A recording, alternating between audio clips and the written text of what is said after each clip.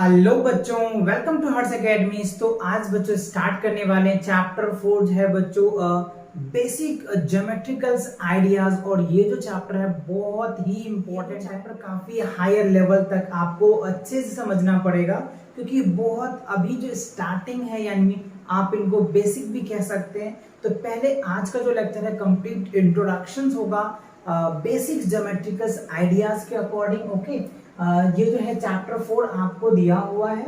ये अगर आप एनसीईआरटी सॉल्व कर रहे हैं या आरडी शर्मा सॉल्व कर रहे हैं या फिर आप आर एस अग्रवाल के बुक सॉल्व कर रहे हैं या फिर आप मंजीत का हो या मैथ साइंस का न्यू लर्निंग कंपोजिट्स कोई भी वे मैथ सॉल्व कर रहे हो, तो सभी कॉन्सेप्ट बच्चों इसमें आपको हम बताएंगे इस चैप्टर से रिलेटेड क्लास 6 के अकॉर्डिंग। ओके, तो चलिए आज हम कवर करते हैं इनके जो बेसिक इंट्रोडक्शंस है, इनको आज डिटेल्स कवर करेंगे। ओके, सो चलिए फर्स्ट देखते हैं पहला टॉपिक क्या है हमारा, ज्योमेट्री। राइट, देखो ज्योमेट्री वर्ड आपके माइंड में क्वेश्चन उठ रहा होगा कि ये ज्योमेट्री वर्ड आया कहां से।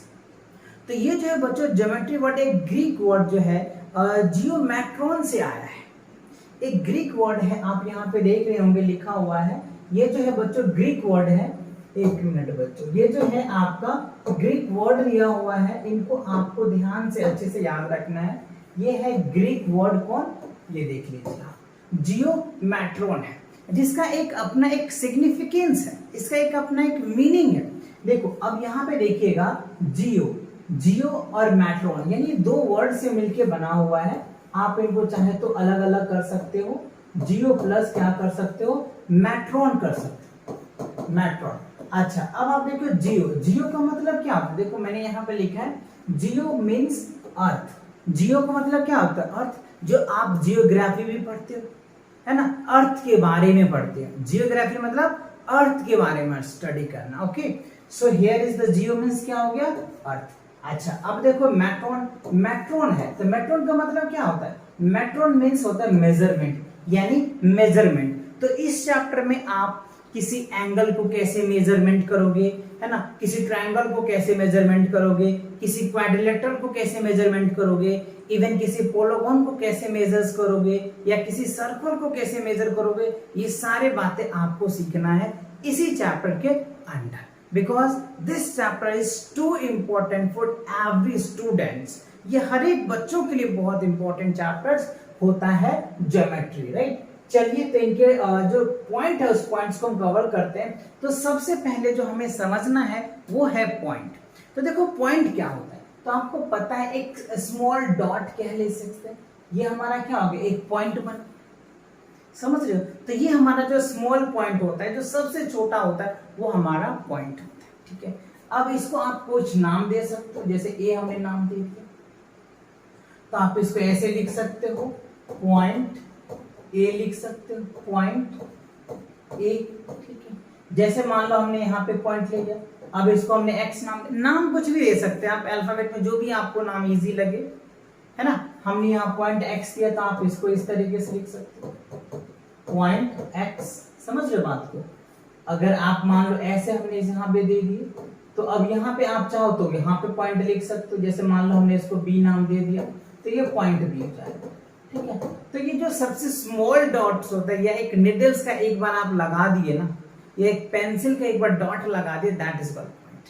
तो पॉइंट समझ में आया, point is the exact locations of any body. किसी भी बॉडी का, किसी भी ऑब्जेक्ट का जो एग्जैक्ट लोकेशन होता है ना, दैट इज अ पॉइंट। या कभी आपने गूगल लोकेशन खोला होगा, तो आप जहां का पॉइंट डालते हो वो हाइलाइटर आ जाता होगा, एक छोटा सा डॉट यानी सर्कल की तरफ आ जाता है, दैट इज कॉल्ड आप पॉइंट कह सकते। ठीक है, अच्छा तो पॉइंट क्लियर हुआ, अच्छे से समझ आया। ठीक है, अब देखिए हमें क्या समझना है, लाइन सेगमेंट्स।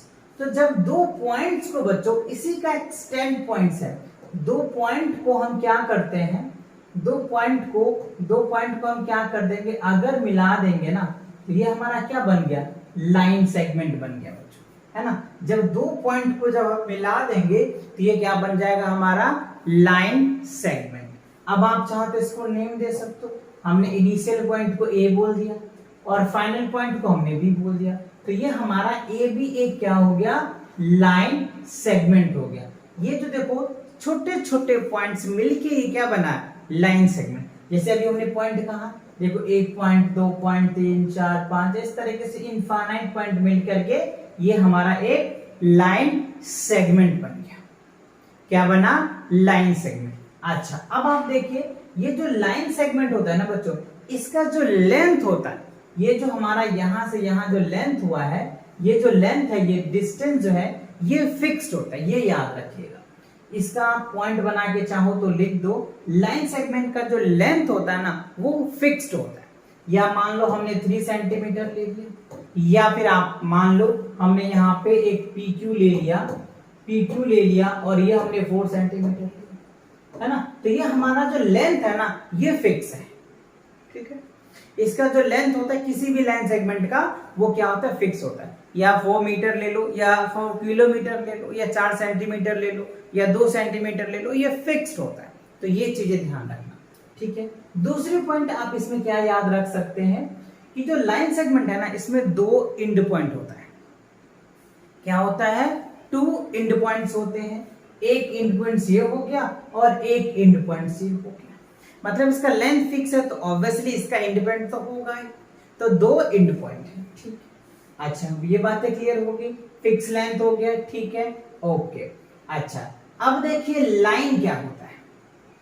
देखो लाइन क्या होता है, जैसे 2 लाइन सेगमेंट, अभी आपने लाइन सेगमेंट पढ़ा ना, ये मान लो हमारा क्या हो गया, लाइन हो गया। अब ये जो एरो लगा देते हैं ना, ये जो एरो लगा दिए, ये हमारा क्या बन गया, अब लाइन सेगमेंट। क्या बन गया, लाइन सेगमेंट। अच्छा, इसका ये इस तरीके से रिप्रेजेंट देख लो, ये जो है हमारा इस तरीके से लाइन का रिप्रेजेंटेशन होता है। अभी हमने PQ लिखा तो PQ को आप ऐसे लिखेंगे, तो ये हमारा लाइन पढ़ा जाता है। समझ रहे बात, ठीक है। चलो अब आप जाते हैं इस पे, लाइन समझ में आ। ये हमने जो दो जो एरो लगाया, इसका मतलब है कि आप इनको एक्सटेंड जितना करना है उतना कर सकते हो, इसको जितना करना चाहो उतना कर सकते हो। इसको आप अच्छे से समझना बच्चों, अच्छे से अगर आप समझ गए ना तो आप एक्सरसाइज को एकदम हलवा बना दोगे, बहुत इजी से कर लोगे। चाहे कोई बुक सॉल्व कर लो, NCERT को सॉल्व कर लो, RD शर्मा को सॉल्व कर लो, RS अग्रवाल को सॉल्व कर लो, न्यू लर्निंग कंपोजिट मैथ को सॉल्व कर लो, मैथ साइड का कर लो, जो भी बुक लगे हैं ना आपके स्कूल में, किसी बुक को सॉल्व करोगे तो सॉल्व हो जाएगा। कब, जब आप ये सारे कॉन्सेप्ट अच्छे से माइंड में सेट कर लेते हो और समझते हो, तो बहुत इजी से कर पाओगे, राइट। सो हमने समझा क्या कि लाइन को आप दोनों तरह एक्सटेंड कर सकते हो। जैसे इसमें तो हम नहीं कर सकते थे, ये तो फिक्स था, बट इसमें आप इस साइड भी बढ़ा सकते हो, इस साइड भी बढ़ा सकते हो, ठीक है। रीजन क्या है, रीजन ये है कि इसका जो लेंथ है ना बच्चों, ये जो हमने पढ़ा था ना लेंथ, ये लेंथ फिक्स नहीं होता, अनडिफाइंड होता है। कितना भी आप बढ़ा सकते हो, जितना बढ़ाना है आप उतना बढ़ा सकते हो, दोनों साइड, बोथ साइड्स। तो इसमें कोई लाइन जो इसके बीच की, इसमें क्योंकि एंड पॉइंट नहीं होता है, दोनों साइड एंड पॉइंट नहीं होते, एक भी एंड पॉइंट नहीं होता, इसलिए आप दोनों साइड इसको बढ़ा सकते हो, ठीक है। तो ये चीजें क्लियर हो गया, ठीक है। अच्छा, अब अगर इसके मेजरमेंट करके देखो, कुछ नेम दे देते हैं, नेम मेजरमेंट तो कर ही सकते हैं हम ना। इसको हमने A नाम दे दिया और यहाँ मान लो हमने B नाम दे दिया, तो इसका जो सिंबल्स होगा A B और इस तरीके से, और यहाँ पे एरो डालना पड़ेगा। समझ लो, यहाँ पे देखो एरो नहीं है बट यहाँ एरो है, क्योंकि ये इसके सिंबल्स है, ये इसका क्या है, सिंबल्स है। जब ऐसे क्वेश्चंस आएंगे ना तो ऐसे आपको लिखना पड़ेगा, नहीं तो वहां पे एक गलत हो जाएगा, ठीक है ना। एरो लगाना, लाइन सेगमेंट है तो लाइन सेगमेंट का सिंबल लगाना, रे है तो रे का सिंबल लगाना। अभी हम रे भी बताएंगे आपको। अच्छा चलिए अब रे की बात कर लेते हैं। तो रे क्या होता है, रे में बच्चों एक एंड पॉइंट होता है और एक साइड आप जितना एक्सटेंड करना चाहे उतना एक्सटेंड करो। रे का ये खासियत है। जैसे आपने देखा होगा एग्जांपल के लिए, जैसे मान लो बच्चों ये सन है, ठीक है, तो सन तो एक इनिशियल पॉइंट है, ये स्टार्टिंग पॉइंट है। तो यहां से जो रे निकलती है कहाँ खत्म होता है किसी को तो पता ही नहीं चलता है ना। यहाँ से रे निकलती है, खत्म कहाँ होता है किसी को नहीं पता। यहाँ से निकलता है, देखो ये सारे क्या है, रे का ही तो एग्जांपल्स है, ये क्या है, रे का ही। या फिर आप मान लो आपका टर्च है, राइट, आपका जो बच्चों टर्च है, जो टर्च से अगर आप लाइट निकालते हो तो किधर जाता है किसी को पता नहीं चलता है, कहां तक जाता है। तो मतलब एक तो इनिशियल पॉइंट पता है, फाइनल पॉइंट कहाँ है पता ही नहीं। इट मींस क्या हुआ कि रे में एक जो है बच्चों एंड पॉइंट है और एक एक साइड इन पॉइंट है, मतलब वन इन पॉइंट आप ये कह लो कि वन इन पॉइंट है और ये बढ़ता चला जाएगा। आप इसको नेमिंग करना है तो चाहो इसको ए दे दो, इसको बी दे दो, तो यहाँ पे आप ए बी और ये आप रे ऐसे डाल दो। समझ रहे बात को? तो ये आपको क्या क्या समझ आ गया, चार बातें क्लियर। पॉइंट समझ में आ गया, ठीक है। लाइन सेगमेंट समझ में आ गया, ठीक है। लाइन समझ में आ गया, रे समझ में आ गया। एक चीज ध्यान रखना, लाइन सेगमेंट में 2 एंड पॉइंट होता है, रे में 1 एंड पॉइंट होता है। ये आपको ऑब्जेक्टिव में भी क्वेश्चन कभी कभी पूछ लेते हैं। और जो लाइन में कोई एंड पॉइंट नहीं होता। ये भी फिगर आपको अच्छे से याद रखना है। ये इनका सिंबल्स है, ये इनका सिंबल्स है बच्चों, और ये इनका सिंबल्स है। कभी कभी आपको ये जो है ना इसके कंपेयर पूछा जा सकता है, इसके बीच में डिफरेंस भी पूछ लेते हैं कभी कभी, बहुत इजी सा क्वेश्चन बन जाता है ना।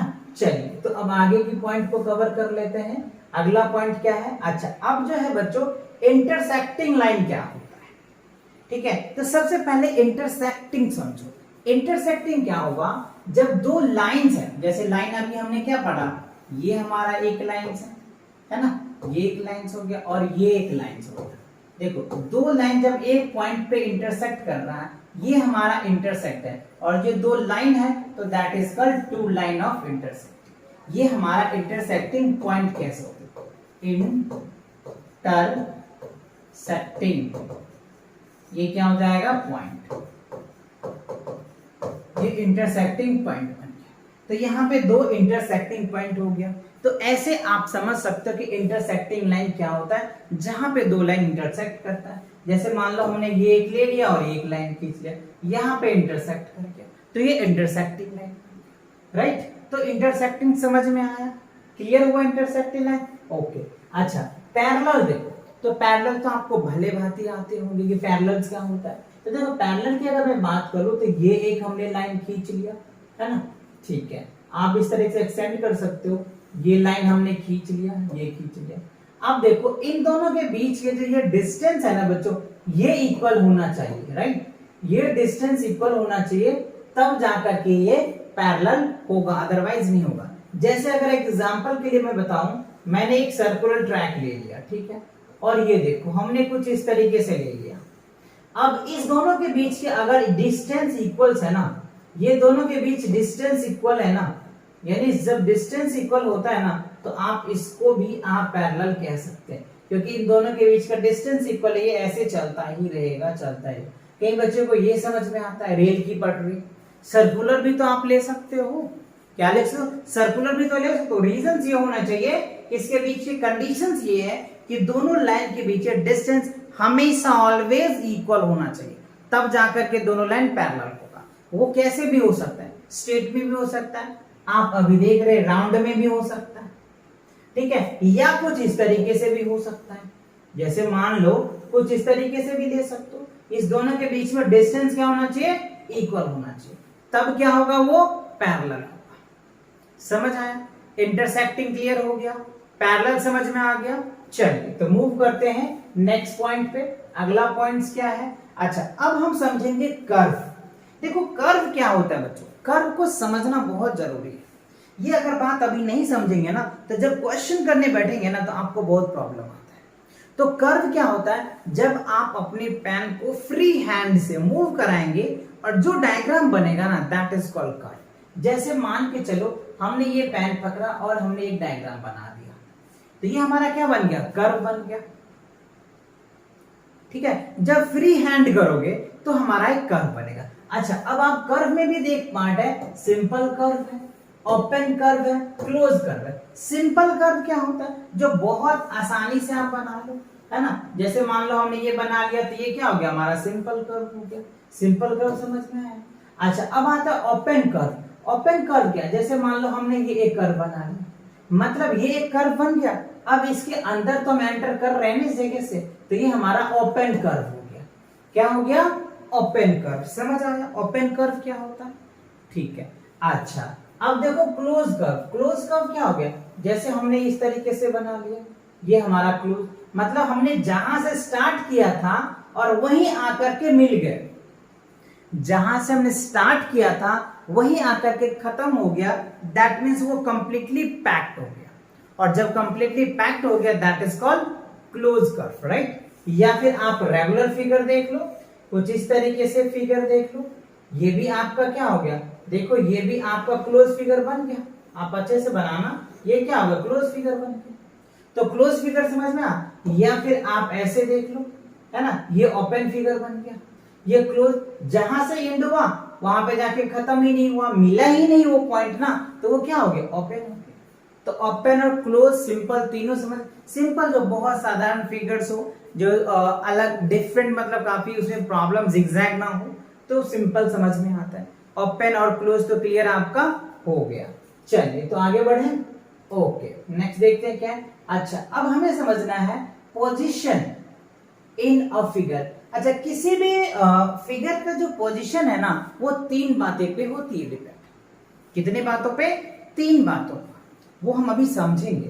तो देखो सबसे पहले हम एक फिगर बना लेते हैं। आपको ये देखो हमने एक फिगर बनाया, ठीक है। अब हम चाहे तो इसको कुछ नाम दे दे, ए बी और सी हमने नाम दे दिया, ठीक है। और ये तीन पॉइंट से मिलकर बना है, तो आप ट्रायंगल भी कह सकते हैं, ठीक है।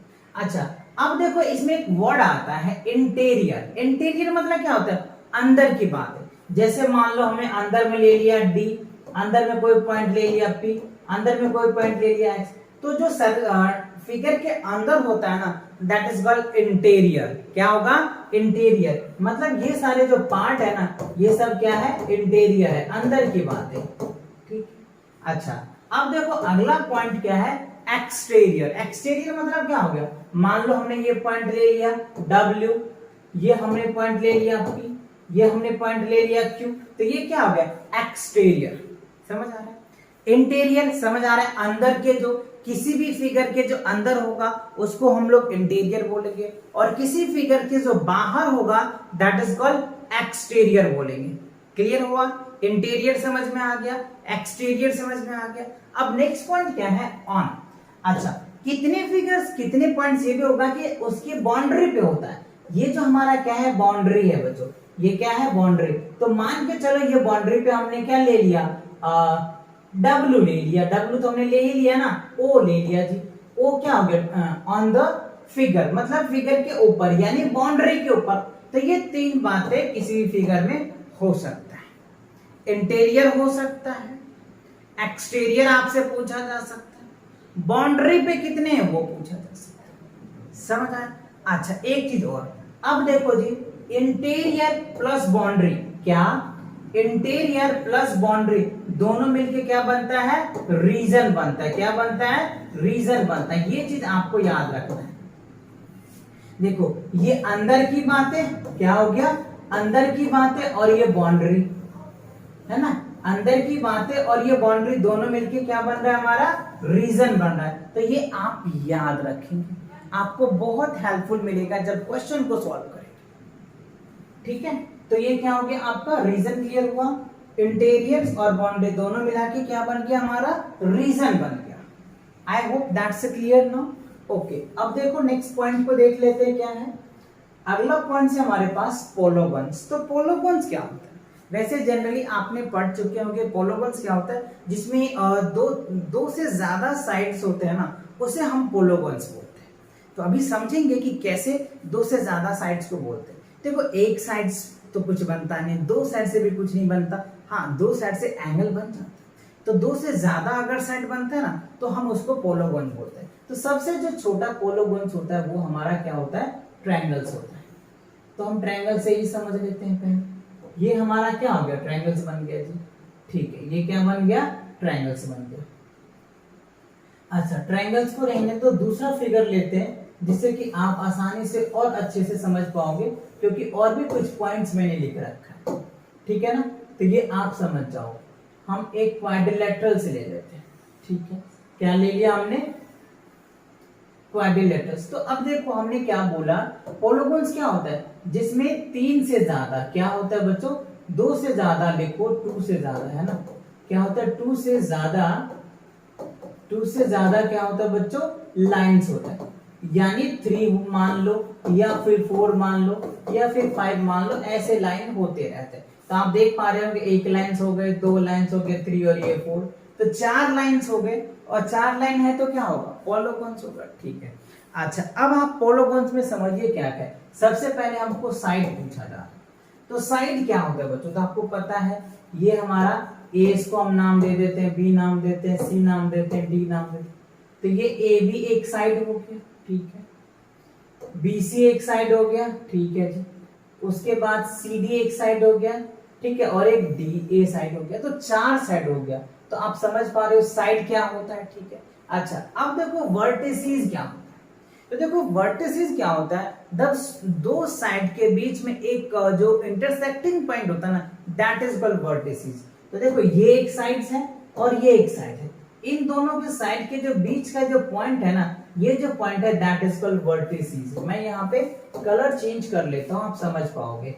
ये जो है हमारा वर्टिसेस हो गया, समझ रहे हो, ये साइड और ये साइड, इन दोनों का जो कॉमन पॉइंट हो या फिर इंटरसेक्ट, कॉमन पॉइंट ही कह लीजिए आप, तो that is called that is called vertices. ठीक है, अच्छा तो देखो इस लाइन का और इस लाइन का ये कॉमन पॉइंट है, तो 2 वर्टिसेस हो गए। इस लाइन का और इस लाइन का ये है, तो ये वर्टिसेस हो गए। इस लाइन का और इस लाइन का ये वर्टिसेस है, तो इसमें कितने हो गए, 4 साइड्स आपको दिख गया, 4 वर्टिसेस दिख गया। ठीक है, अच्छा अब जो डायगोनल्स की बात करें, डायगोनल मतलब क्या होता है, विकर्ण होता है, पता है। तो डायगोनल्स क्या होता है, आप ये कह लो, ये जो 2 साइड्स है ना, ये इसके डायगोनल्स हो जाएंगे या फिर ये इसके डायगोनल्स हो जाएंगे, समझ रहे बात को। तो ये इसका डायगोनल, मतलब आप ये कह सकते हो कि वर्टिसेस को वर्टिसेस से मिला दो, आपके डायगोनल्स हो जाएंगे। वर्टिसेस से वर्टिसेस को तो मिला दिया हमने, सो वर्टेक्स है ना, वर्टेक्स, वर्टेक्स एक होता है, वर्टिसेस एक से ज्यादा यानी प्लूरल फॉर्म हो जाता है। ठीक है, वर्टेक्स होगा मतलब एक होता है, वर्टिसेस मतलब एक से अधिक यानी प्लूरल फॉर्म्स हो गया। ठीक है, तो आपको ये तीनों बातें समझ में आ गया, डायगोनल समझ में आ गया, वर्टिसेस समझ में आ गया, साइड क्लियर हो गया, पॉलीगॉन भी आपको क्लियर हो गया। ठीक है, अच्छा अब आता है एंगल। देखो एंगल्स को समझना है तो क्या करना पड़ेगा, आप एंगल को समझने के लिए 2 आप लाइन ले सकते हैं, 2 रे ले लो। ठीक है, 2 रे लेते हैं, देखो एक रे ऐसा ले लिया और एक रे हमने ऐसा ले लिया। ठीक है, और ये हमारा पॉइंट हो गया, ये हमने यहाँ पे रे बना दिया ये। अब जो ये एंगल बना दैट इज कॉल्ड थीटा हमने ले लिया। अब इसको हमने कुछ नाम दे दिया ओ, तो ये हमारा ओ ए हो गया, और ये हमारा, इसको कुछ नाम दे दो, ये इसको ए दे दिया नाम और इसको हमने बी दे दिया। तो देखो ओ ए जो है ना, ओ ए को हम क्या बोल देते, आर्म बोलते, क्या बोलते हैं, आर्म मतलब बाजू, या फिर आप ओ बी को क्या बोल सकते हो, आर्म। ठीक है, आर्म समझ में आया। और ओ जो है वो हमारा वर्टेक्स हो जाएगा। ठीक है, ये क्या होगा, वर्टेक्स। और एंगल लिखना है तो ए ओ बी लिख दो, या फिर आप क्या लिख सकते हो, बी ओ ए भी लिख सकते हो। बट जो एंगल्स होता है ना, ये एंगल्स वो हमें बीच में रखना पड़ता है, ये चीजें आपको याद रखनी पड़ेगी, ये ऑलवेज बीच में रहता है, चाहे आप ये इधर कर दो या फिर ये इधर कर दो, उससे कोई फर्क नहीं पड़ता। जो एंगल है वो आपको क्या करना होता है, सेंटर में रखना। अगर आप ये दोनों चीजें नहीं लिख पाते हो तो आप ऐसे भी लिख सकते हो, एंगल ओ भी लिख सकते हो। ठीक है, तो ये कुछ एंगल का कॉन्सेप्ट था, एंगल समझ आया। ठीक है, अब देखो ट्रायंगल्स, तो आपको ट्रायंगल का सिंबल पता है, इस तरीके से ट्रायंगल बना सकते हो। नेमिंग करना है तो ए बी सी ट्रायंगल्स बना सकते हो, कुछ इस तरीके से ट्रायंगल्स होता है, आपको पता है ए बी सी, जो आपको 3 पॉइंट से मिलके बनता है। या इस तरीके से आप देख सकते हो, ये हमारा क्या बन गया, 3 एंगल, क्योंकि आपको पता है एंगल में क्या होता है, 3 एंगल्स होते हैं, 3 साइड्स होते हैं, 3 पॉइंट्स होते हैं, 3 वर्टिसेस होते हैं, ये सारी चीजें आपको पता है क्योंकि अभी आपने देखा है। देखो ये आपका एक वर्टेक्स, 2 वर्टेक्स, 3 वर्टेक्स हो गया जी। ठीक है, 1 साइड, 2 साइड, 3 साइड, 3 साइड्स हो गए, है ना। उसके बाद 1 एंगल, 2 एंगल, 3 एंगल्स हो गए, तो 3 साइड्स, 3 एंगल, 3 वर्टिसेस होते हैं। क्लियर, ठीक है। अच्छा अगर नेम पूछ रहा है हमसे यहाँ पे, तो नेम तो आप लिख सकते हो, ट्रायंगल ए बी सी बोल दो। वर्टिसेस भी इसमें कितने होंगे, 3 वर्टिसेस होंगे, क्या क्या होंगे, ए हो गए, ए वर्टिसेस हो जाएंगे, बी हो जाएंगे और सी हो जाएंगे। एंगल की बात करो तो आप एंगल इसमें 3 तरीके से लिख सकते हो। एंगल ए बी सी लिख दिया हमने, इसको हमने टारगेट किया। फिर क्या लिख सकते हैं, एंगल बी सी डी लिख सकते हैं। फिर एंगल्स सी बी सी ए है ना, बी सी ए है। उसके बाद हम क्या लिख सकते हैं, सी सी ए और बी लिख सकते हैं। इस तरीके से आप 3 एंगल लिख सकते हो। पहले हमने इसको कॉमन बनाया, फिर उसके बाद क्या बनाया बच्चों, इसको कॉमन बनाया, फिर इसको कॉमन बनाया। तो इस तरीके से पहले हमने ये एंगल लिया, फिर ये एंगल लिया, फिर ये एंगल। तो इस तरीके से, क्योंकि मैंने बता दिया था कि एंगल हमेशा बीच में होता है, एंगल हमेशा बीच में होता है। अभी मैंने आपको समझाया कि वो जो है बीच में ऑलवेज होता है। या फिर आप ऐसे लिख सकते हैं, या फिर एंगल ए लिख सकते हैं, एंगल बी लिख सकते हैं और एंगल सी लिख सकते हैं। या आप इस तरीके से भी लिख सकते हैं, या फिर इस तरीके से लिख सकते हैं। तो आई होप ये आपको ये जो एंगल्स के थे, ट्रायंगल्स के थे पार्ट आपको अच्छे से क्लियर हो गया, अच्छे से समझ में आ गया, कोई दिक्कत नहीं है ना। चलिए ठीक है, बढ़े आगे। ओके, नेक्स्ट देख लेते हैं क्या है। नेक्स्ट पार्ट में है बच्चों क्वाड्रिलेटरल। देखो ये काफी इंपॉर्टेंट है। क्वाड्रिलेटरल में कई बच्चे कंफ्यूज हो जाते हैं और इनके जो टॉपिक है, इनके जो वर्ड है, ये वो समझ नहीं पाते हैं, तो क्वेश्चन में बहुत प्रॉब्लम आती है।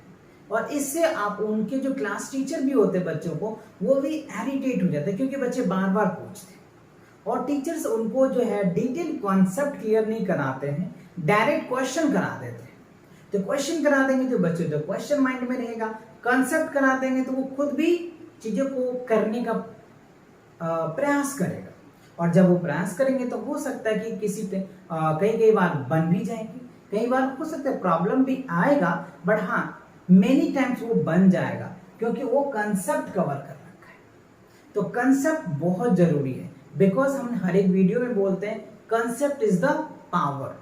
कंसेप्ट जो है पावर है किसी भी क्वेश्चन को सॉल्व करने का। ठीक है, चलो तो देखो क्वाड्रिलेटरल में आपको पता है कि 4 साइड होता है, ठीक है, 4 एंगल्स होते हैं, सारे चीजें पता है, 4 वर्टिसेस भी होते हैं, अभी मैंने देखा ये। अच्छा, एडजेसेंट साइड्स क्या होता है, अपोजिट साइड्स क्या होता है, एडजेसेंट एंगल क्या होता है, अपोजिट एंगल्स क्या होता है, ये सारी बातें आपको पता होना चाहिए। तो चलो सबसे पहले हम बना लेते हैं जिससे कि आप समझ पाएंगे। ये हमने एक क्वाड्रिलेटरल्स बना लिया, 4 साइड्स वाला बना लिया, ठीक है। नेम दे देते हैं, ए बी सी और डी दे दिया जी। अच्छा, तो नेम लिखना है तो क्वाड्रिलेटरल का कुछ इस तरीके से भी लिखा जाता है, ए बी सी डी करके, आप ऐसे भी लिख सकते हैं। 4 साइड पता है, 1 साइड 2 साइड 3 4 साइड, तो 4 साइड पता चल गया। एंगल की बात कर लो, 1 एंगल 2 एंगल 3 एंगल्स 4 एंगल्स, तो 4 एंगल्स हो गया। अब आपको क्या समझना है, एडजेसेंट। एडजेसेंट का मतलब क्या होता है ये समझिए। एडजेसेंट का मतलब क्या होता है, साथ। क्या होता है बच्चों, साथ, है ना। अब देखो साथ साइड मतलब साथ वाला साइड, है ना। क्या हो गया, साथ वाला साइड, यानी साइड मतलब भुजा, है ना। साथ वाला भुजा मतलब देखो ये इसका साथ क्या ये देता है, तो ये हमारा एडजेसेंट साइड हो जाएगा, यानी ये साइड और ये इसका क्या होगा, एडजेसेंट साइड होगा। तो आप ऐसे लिख सकते हो, AD और AD क्या होगा, DC का एडजेसेंट हो जाएगा। या फिर आप AD क्या कह सकते हैं, AB का एडजेसेंट हो जाएगा। या फिर DC जो है वो CB का एडजेसेंट होगा। तो ऐसे 4 एडजेसेंट्स भी बन जाएंगे, 2 ऐसे मतलब इसका ये होगा, इसका ये कह सकते हैं, या इसका ये, मतलब समझ में आ रहा है ना कि एडजेसेंट्स होता है क्या, यानी साथ वाले साइड को हम लोग एडजेसेंट साइड बोलते हैं। कैसे लिखेंगे, हमने लिख दिया AD या DC बोल दो, या फिर हमने AD लिखा और DC लिखा, या फिर आप क्या लिख सकते हो, AB लिख सकते हो, AB लिख सकते हो एंड AB लिख सकते हो। तो ये एडजेसेंट साइड्स हो गए, ये आपके एडजेसेंट साइड्स हो गए। 4 एडजेसेंट साइड्स भी होंगे बच्चों, या फिर आप DC लिख दो, या फिर आप क्या लिख दोगे, CB लिख दो, ये आपके एडजेसेंट साइड। ऐसे आप कई एडजेसेंट साइड्स लिख सकते हैं। ये याद रखना, एडजेसेंट का मतलब क्या होता है, साथ वाला भुजा। तो इसका साथ वाला भुजा तो यही है, या फिर इसका साथ वाला भुजा ये है, और इसका साथ वाला भुजा आप ये लिख सकते हैं। समझ रहे हो कि नहीं, क्लियर हो रहा है कि नहीं, आ रहा है अच्छे से, दैट्स गुड। अच्छा अब देखो क्या अपोजिट साइड क्या होता है, अपोजिट साइड तो बहुत अच्छे से पता है, इसका अपोजिट क्या होगा, ये होगा, इसका अपोजिट क्या होगा, ये। ठीक है, तो सिंपल सा आप लिख सकते हैं कि ए बी का जो अपोजिट है बच्चों वो क्या है, डी सी है। या फिर आप क्या कह सकते, एडी का अपोजिट क्या लिख सकते हो, एडी का अपोजिट क्या लिख सकते हो, बीसी लिख सकते हो। तो ये आपने अपोजिट सीखा। ठीक है, अब देखो फिर वही बात आ गई एडजेसेंट एंगल। तो एडजेसेंट का मतलब हमने पढ़ा साथ, और एंगल है तो एंगल हो जाएगा यहाँ पे। मतलब ये एंगल, मैं कलर चेंज करता हूं, देखो ये एंगल और ये एंगल क्या होगा, साथ है। तो आप ये लिख सकते हैं एंगल्स क्या है, डी और एंगल सी, ये एक एडजेसेंट एंगल्स हो जाएगा। या फिर आप क्या लिख सकते हैं, एंगल सी और एंगल्स बी लिख सकते हैं, मतलब ये एंगल और ये एंगल साथ में है। या फिर और लिखना है तो ये एंगल साथ में लिख सकते हैं, या फिर और लिखना है तो ये एंगल साथ में लिख सकते हैं। तो ओवर इन ऑल आपको फील आनी चाहिए, एडजेसेंट समझ आनी चाहिए कि एडजेसेंट साइड काफी इंपॉर्टेंट है। एडजेसेंट एंगल ही मैंने अभी आपको समझा ही दिया, समझ आ ही गया होगा। ठीक है, अब देखो क्या है अपोजिट एंगल। तो अपोजिट एंगल तो आपको पता ही है, इसका अपोजिट एंगल ये होगा और इसका अपोजिट एंगल ये होगा।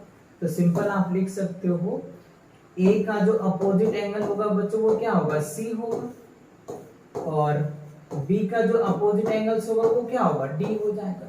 तो अपोजिट एंगल भी आपको क्लियर समझ में आ गया है ना। ये सारे बातें क्लियर हुए, ये सारे बच्चों आप अच्छे से नोट कर लेना है ना, और नोट करके इसको एक दो बार प्रैक्टिस करना, और प्रैक्टिस करने के बाद फिर खुद से एक्सरसाइज सॉल्व करके देखना। फिर आप मुझे बताना कि यस सर आपने जो कंसेप्ट बताया वो क्रिस्टल क्लियर हो गया, जिससे कि हम क्वेश्चन बहुत आसानी से कर पा रहे हैं। डेफिनेटली बच्चों आप ये बात मानो, और अगर आप इसको एक दो बार रिवीजन कर लिया तो क्वेश्चन खुद भी खुद आपको एकदम बनने लग जाएगा। ठीक है, चलो देख लेते हैं आगे का। अच्छा अब हमें समझना है सर्कल। अगला पॉइंट क्या है, सर्कल। तो सर्कल आपको पता है कि क्या होता है, कंपास के हम निडल एक जगह रखते हैं और उसके चारों ओर पेंसिल से मूव कराते हैं, तो हमारा क्या बन जाता है, सर्कल। तो ये हमने बना दिया सर्कल। ठीक है, और इसका जो निडल जहां होता है ये हमारा क्या बनता है, सेंटर बनता है। सेंटर का हमने नाम दे दिया ओ।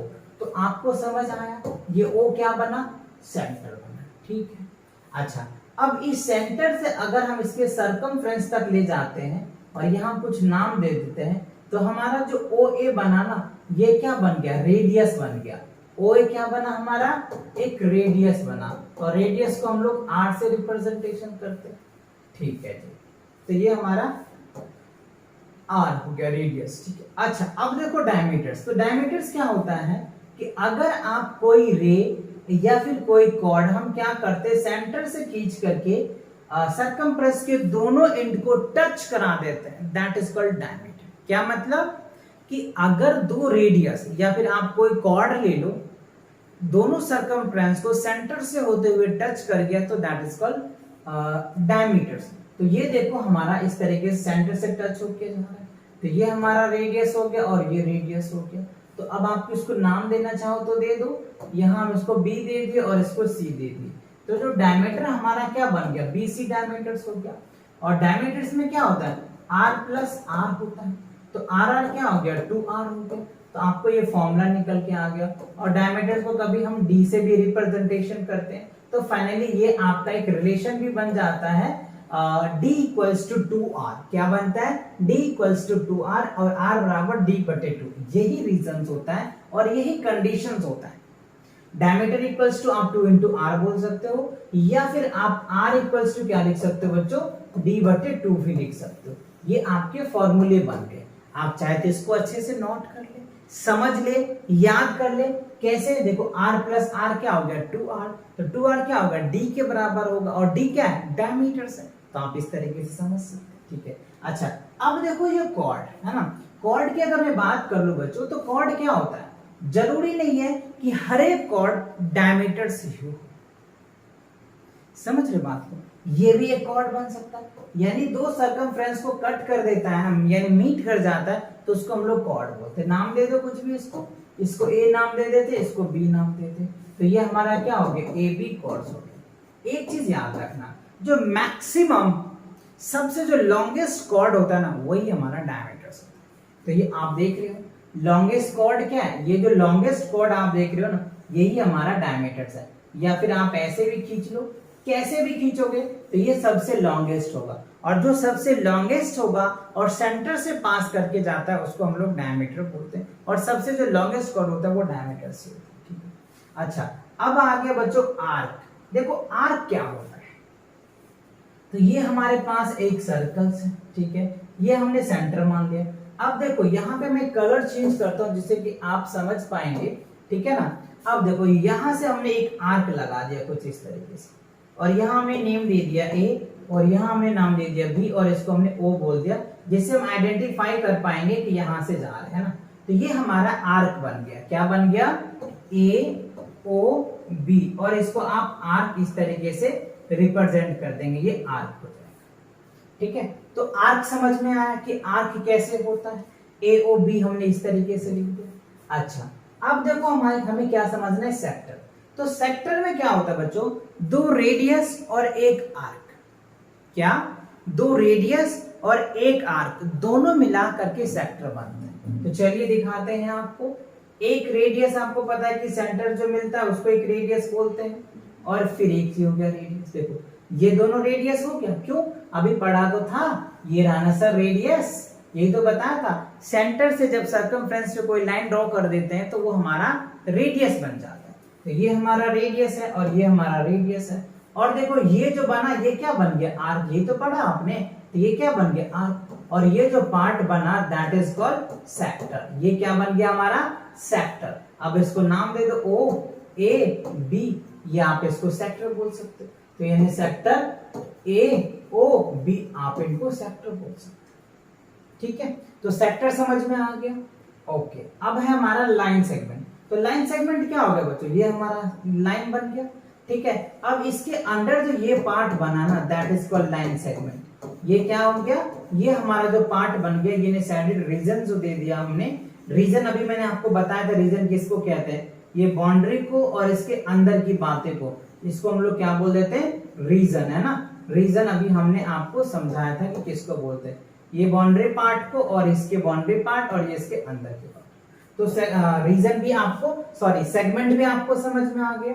ओके, अच्छा अब है सरकमफ्रेंस। तो सरकमफ्रेंस क्या होता है पता है, कि जो ये सर्कल को बनाने के लिए जितने वायर की नीड होती है ना that is called circumference, that is called circumference. और सरकमफ्रेंस को हम लोग सी से रिप्रेजेंटेशन करते हैं, और सी का फॉर्मूला होता है 2 पाई आर। ये आप चाहे तो याद कर लेना बच्चों, सरकमफ्रेंस इक्वल्स क्या होता है, 2 पाई आर होता है। 2 पता है, पाई की वैल्यू क्या होता है बच्चों, 22/7 भी लिखते हैं या 3.1, और आर तो पता ही है क्या होता है, रेडियस होता है।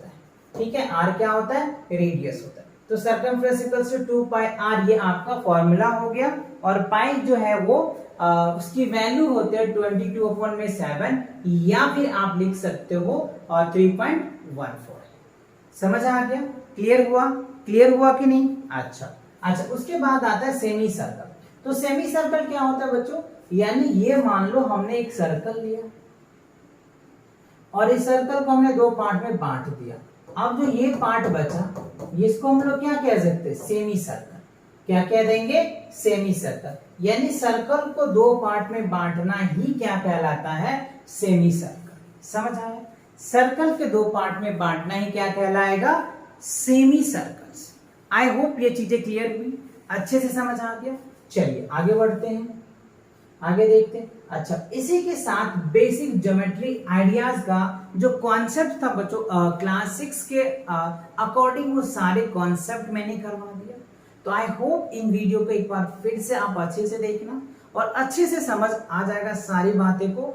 फिर उनके बाद आप एक्सरसाइज करने बैठना और उसके बाद आप कमेंट करके बोलना कि यस सर, आपने जो सारी चीजें किया है वो सब मुझे समझ में आ गया, अब मैं क्वेश्चन बहुत इजीली कर पाऊंगा। और फिर भी कोई दिक्कत होता है तो पर भी आप बच्चों कमेंट करके मुझे बताना, क्योंकि इसका तो सॉल्यूशन मैं करवाऊंगा ही। फिर भी आपको ये लगना चाहिए कि आपने जो कॉन्सेप्ट किया है वो उससे आपको आ रहा है। अगर नहीं आ रहा है तो कहीं ना कहीं आप कॉन्सेप्ट में मिस कर रहे हैं। तो आप उनको अगेन देख लो, जिससे कि वो कॉन्सेप्ट को अच्छे से समझ के फिर क्वेश्चन करने बैठो। ठीक है, तो मिलेंगे नए वीडियो के साथ बहुत जल्दी, तब तक पढ़ाई करते रहे। Wish you all the very best.